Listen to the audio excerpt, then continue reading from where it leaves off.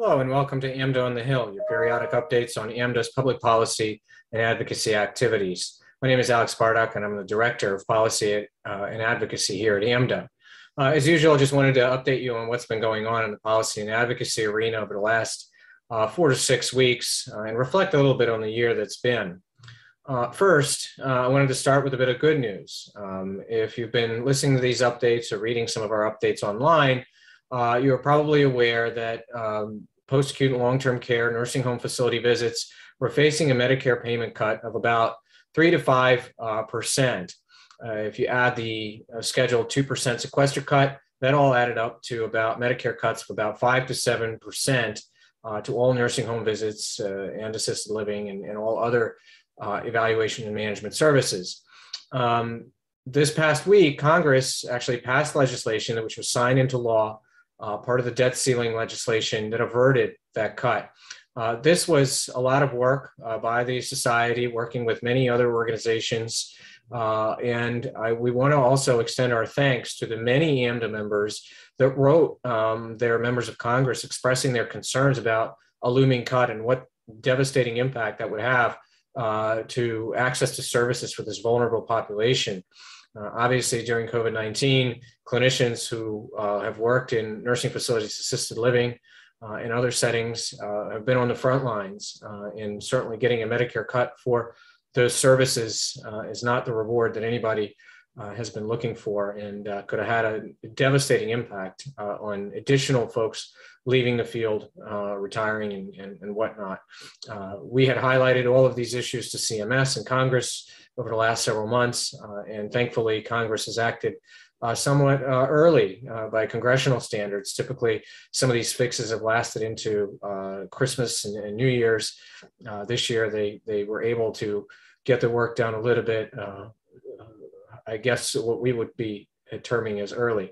But again, thanks to everybody who had been involved, and that's a bit of good news.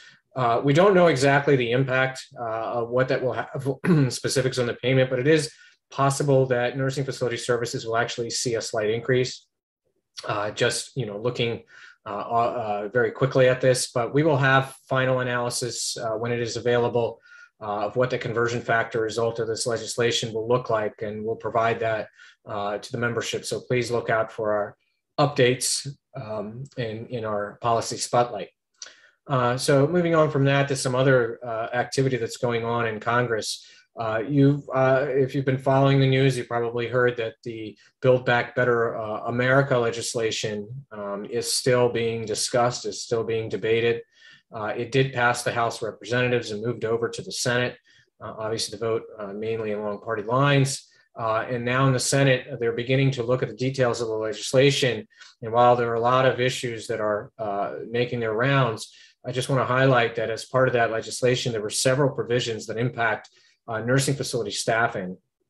They were included in it was a requirement for 24/7 RN, a study for minimum staffing ratios, and others.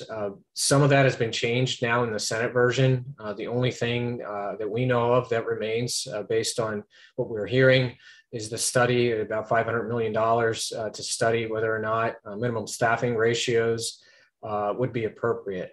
We'll see where that goes. It's unclear whether there is a pathway to passage for the legislation. It remains a very partisan debate on Capitol Hill, but it's likely that's going to take up majority of the bandwidth from here on out. Congress has raised the debt ceiling, as I mentioned. They've also addressed some of the continuing resolution and delayed some of those sequester cuts that I talked about. One of the things that we will shift our attention to in terms of Medicare payment is finding some long-term solutions. It has been way too many times over the last many years, probably more than 20 years now, that we have had to go back to Congress every year and ask for legislation to avert cuts, whether that was because of the sustainable growth rate or now because of budget neutrality. This happens basically an annual rite of passage. That needs to be fixed. And so the society will be working with many other organizations on ways to sort of provide a long-term stable solution to this issue.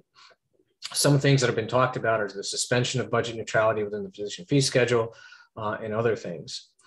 Speaking of the physician fee schedule, to jump around a little bit, there are likely to be major changes in the next year due to the activities that have gone on as part of the CPT work group that AMDA had been participating in.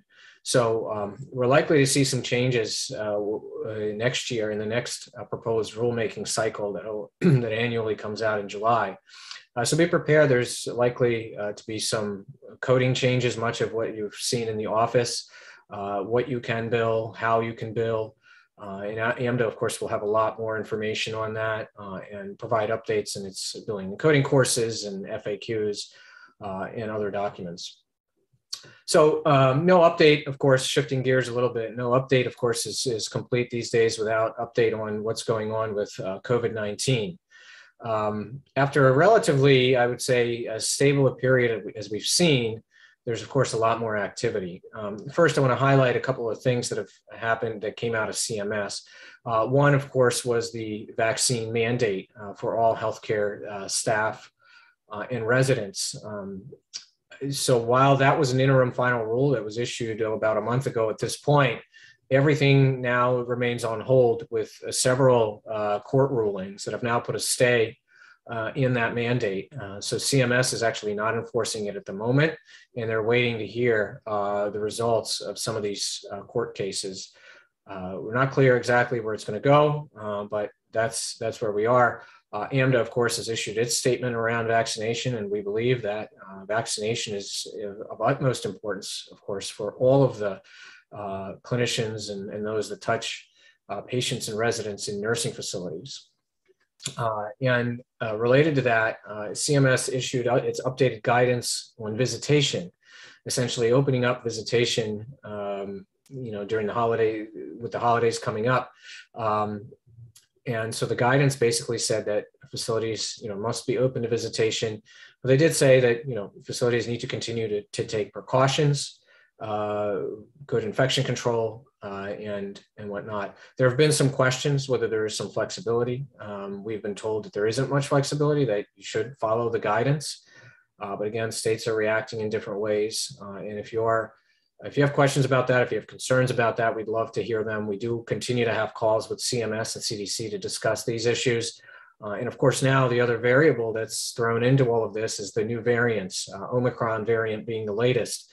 And we keep hearing updates on a daily basis about changes and what's going on with Omicron.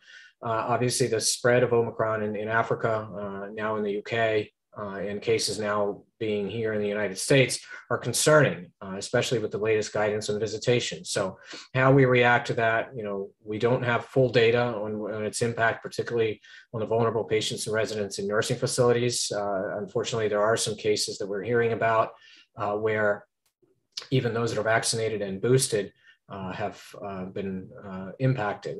So, it's at this point, it's too early to tell. It's quite unclear where all this is going to go, but we need to be mindful and cautious and not be blindsided by yet another twist in this ongoing issue with COVID-19. So as I mentioned, we are continuing to talk to CMS. We are continuing to talk to CDC on an ongoing weekly basis. The work has not stopped. And so if you are hearing concerns about anything related to COVID-19, whether that be around visitation, whether that be around boosters, whether that be around monoclonal antibodies that we've talked about, please do let us know. And of course, the other big story related, kind of both on congressional side and on COVID-19, is the availability of funds for strike teams. We've talked about this before. The American Rescue Plan had allocated $500 million in Medicare and Medicaid funding to states to implement strike teams.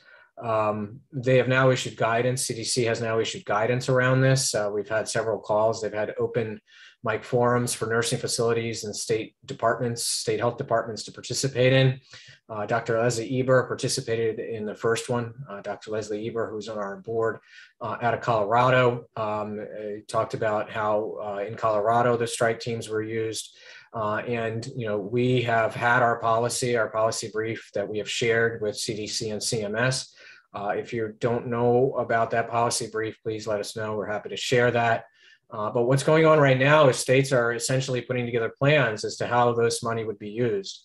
We know of individual organizations, our state chapters, that are putting together some programs, some grant proposals to see if they can be a part of using those dollars. We also had a chance to participate in the American Association of State and Territorial Health Officials. These are all the state departments of health. Dr. Carl Steinberg, who's our current president, Dr. Christian Bergman, who leads our state chapter advocacy activities, were able to present to a number of state health departments on their call to talk about who AMDA is, how state and health departments can get in touch with our AMDA chapters, and the importance of engaged medical directors to this entire process. I think the presentation was very well received, and we've worked on a template because we hope that states, our individual state chapters, will use this opportunity to follow up with their state health departments, because that'll be the most important thing, is to establish some communication between what's going on in the states and the AMDA state chapters. Clearly, clinicians who are experts in this field need to be involved in the planning of the strike teams and in general around continued response to COVID-19. So if you have any questions about any of that, we are happy to connect you and certainly check in with your state chapter about what you may or may not be doing around this issue. So those are just some of the highlights. We continue to address a number of other issues, obviously with COVID-19 and payment and many other things. But obviously, the work around engaged medical directors has been first at the forefront a lot for this year. You've heard our updates around the medical director public listing. That work continues.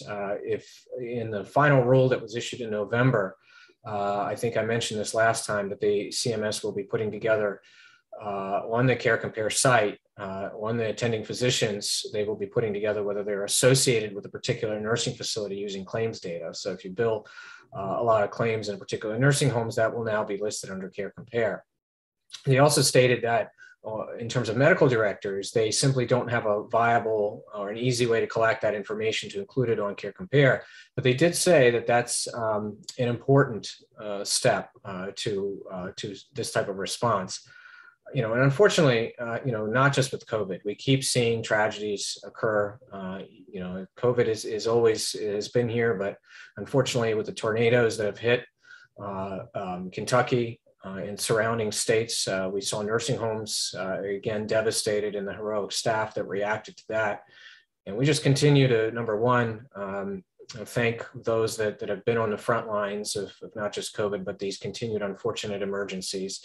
And we continue to work and try and ask CMS that we need, as part of the emergency planning response, that we need this type of information for families, for government agencies, and unfortunately, we continue to see reasons this needs to occur sooner rather than later. So that work will continue to happen. Of course, reflecting on this year, another obviously up and down year. It seems like it's gone by fast, but at times quite slow. So it's hard to gauge, but a lot of good work has gone on. I think we continue to move the needle forward in terms of putting AMDA at the forefront and the society at the forefront of conversation. We continue to see increased attention. Just the other day, there was a presentation on CNN about vaccinations and staff, the study out of published in the New England Journal of Medicine. But we continue to see more and more attention on nursing homes and congregate living. And the question becomes, what do we do long term? How do we respond to the challenges? How do we continue to answer the call? And fix some of the issues that we've seen, some longstanding and some that have been illuminated through the unfortunate impact of COVID. So that's something the organization continues to talk about in terms of its strategy moving forward. We want to thank all of you for staying engaged with us throughout this year. Again, as I often say, our advocacy efforts would not be for much if we didn't have dedicated AMDA volunteers, AMDA members who continue to stay engaged to contact both on the federal and state and local levels, and making our jobs that much more important and easier.